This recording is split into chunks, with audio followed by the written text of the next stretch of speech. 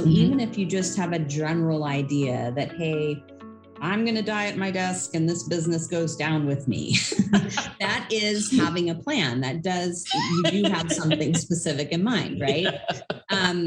Or, again, very specific, like, I want to make sure I wrap up these loose ends for my family so that if something happens to me, they're not stuck.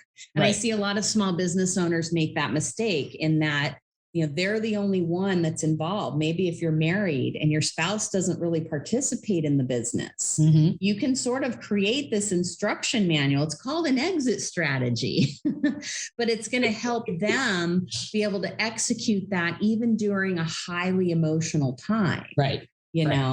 And so I like to break it down into really two main strategies of what you're working with here.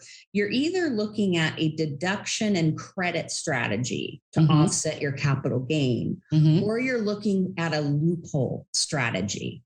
And which direction you go in really depends on you and what's next. What's next for you? So some people sell and retire and they're on a beach somewhere for the rest of their life, and they need that money to sustain them for the rest of their life as a retirement fund.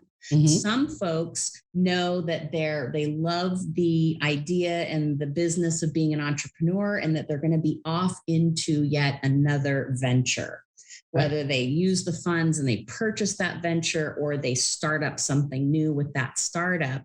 And so we look at that choice first. And based on what you think you're more likely to do, that tells us which direction to go to.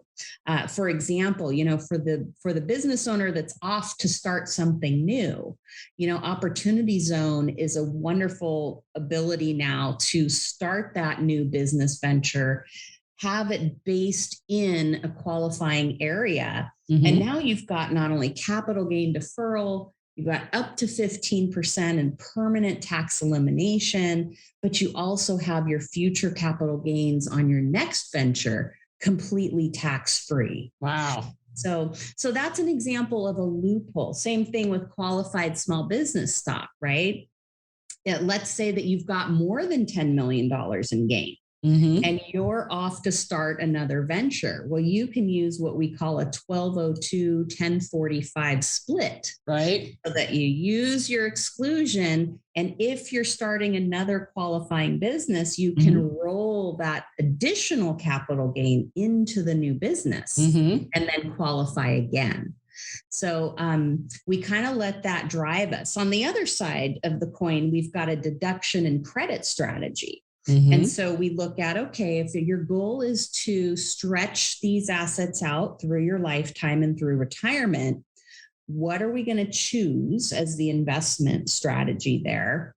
And we look to see what types of investments are going to give you either tax credits or big tax deductions that you can pair with that capital gain.